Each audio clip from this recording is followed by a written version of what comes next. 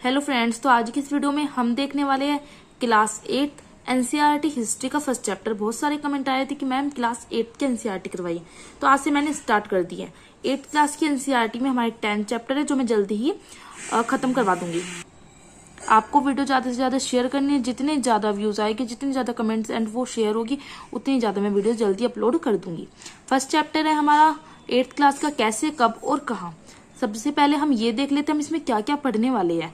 तो हम देखने वाले इस चैप्टर में तारीखें कितनी महत्वपूर्ण थी, कौन सी तारीख महत्वपूर्ण थी, अवधि कैसे तय करें, औपनिवेशीकरण का सिद्धांत क्या था, हम किस तरह से जानते हैं कि सर्वेक्षण क्या होता था, प्रशासनिक अभिलेख और रिकॉर्ड्स क्यों रखे जाते थे।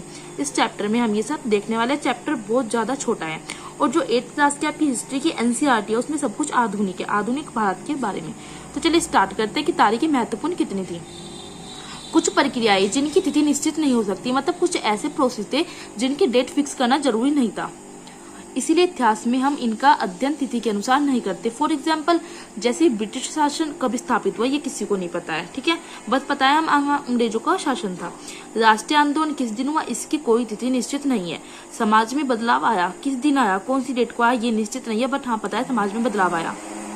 इनकी कोई डेट फिक्स नहीं थी, ठीक है। अब आ जाता है कौन सी तारीख इंपॉर्टेंट थी। तो इतिहासकारों को जो इंपॉर्टेंट लगी, जैसे राजा का जन्म, विवाह, पुत्र, युद्ध, मृत्यु। अब इतिहासकार क्या क्या देखते हैं, वो देखते हैं राजा का जन्म किस दिन हुआ था, वो डेट हमें पता होती है, उसकी मृत्यु कब हुई थी वो पता होता है, विवाह कब हुआ था, पुत्र कौन कौन से युद्ध किस डेट को हुए, ये सब इतिहास में है, ठीक है। और एक आ जाता है कि ब्रिटिश इतिहासकार के अनुसार इंपॉर्टेंट क्या था, कि कौन सा गवर्नर जनरल कब आया, उसकी नीतियां क्या थी, गतिविधियां क्या थी, उपलब्धियां क्या थी। आगे आ जाता है अवधि कैसे तय करें। तो स्कॉटलैंड के अर्थशास्त्री राजनीतिक दार्शनिक भी थे जेम्स मिल। उन्होंने एक बुक लिखी है a history of British India. यहाँ से प्री से क्वेश्चन पूछा जा सकता है। भारत के इतिहास को उसने इसमें 3 भाग में बांटा। इसमें उसने हिंदू, मुस्लिम और ब्रिटिश में बांटा था। जो उसने कहा कि जो हिंदू और मुसलमान थे उस टाइम पर, अंग्रेजों से पहले, ये तानाशाह और निरंकुश थे। जो अंधकार युग था उस टाइम पर, केवल जातिगत बंधन थे, ऐसा अंग्रेजों का कहना था कि हिंदू और मुसलमान के टाइम पे ये सब था। अब जेम्स मिल का तर्क था कि एशिया समाज की सभ्यता जो है यूरोप से पीछे है। मिल का ये तर्क भी था कि जो ब्रिटिश शासन भारत को सभ्यता की राह पर ले जा सकता है अगर अंग्रेजों का शासन आ जाए। जो शिष्टाचार, समानता, स्वतंत्रता, मुक्ति, ये सब ब्रिटिश लेकर आए हैं, कि ये सब जब हिंदू और मुसलमानों के टाइम पर नहीं था। अब एक जो जेम्स मिल की समस्या थी वो ये थी कि जेम्स मिल ने 2 भागों में बांटा, एक तो मध्यकालीन और आधुनिक काल।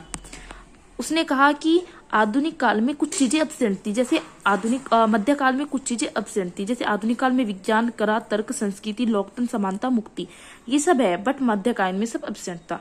आधुनिक काल की विशेषताएं मध्यकाल में नहीं थी, इसलिए उन्होंने मतलब यह कहा जेम्स मिल ने, जो कि गलत है। ऐसा कुछ नहीं था। आपने मध्यकाल में पढ़ा है, क्लास 7 जो है सारा मिडिवल हिस्ट्री है, क्या उसमें सब नहीं था? उसमें विज्ञान, कला थी उसमें, ठीक है ना।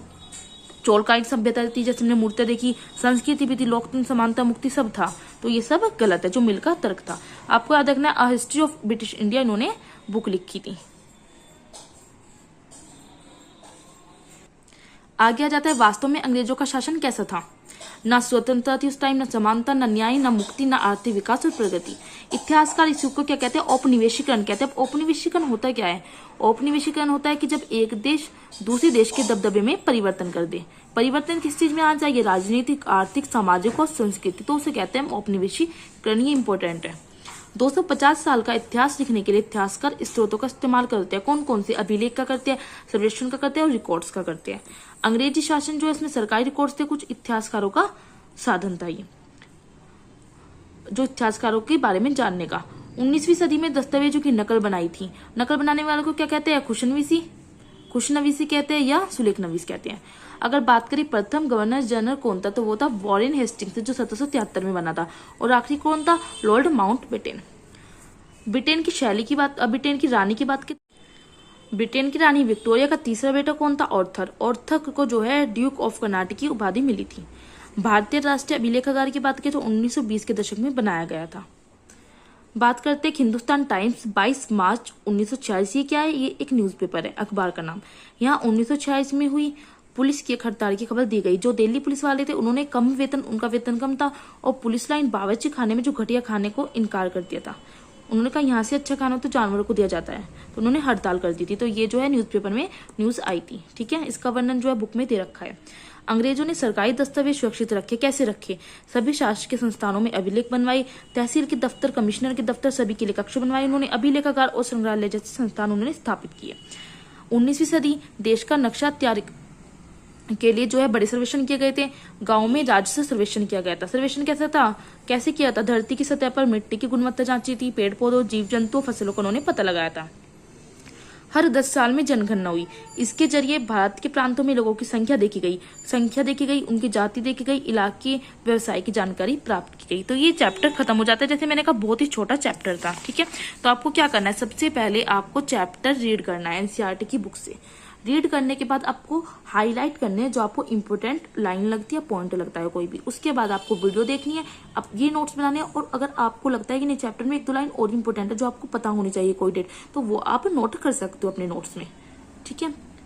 नोट्स बनाने का मतलब होता है कि हमने जो चैप्टर पढ़ा है उसमें हमें पता चल जाए, जब हम एक क्विक रिवीजन ले रहे हैं एग्जाम से पहले, तो पता चल जाए कि हाँ किस तरह से इसमें छोटी छोटी चीज थी। अगर हम चैप्टर लास्ट टाइम पे पूरा पढ़ेंगे तो काफी टाइम लग जाता है, तो हम छोटी छोटी चीज जो लिख के रखते हैं ना नोट्स में, वो हमें पता चल जाती है। ज़्यादा से ज़्यादा आप वीडियो प्लीज़ शेयर करें, लाइक करें और कमेंट्स में मुझे ज़रूर बताएं अगर आपको मेरे नोट्स अच्छे लगते हैं।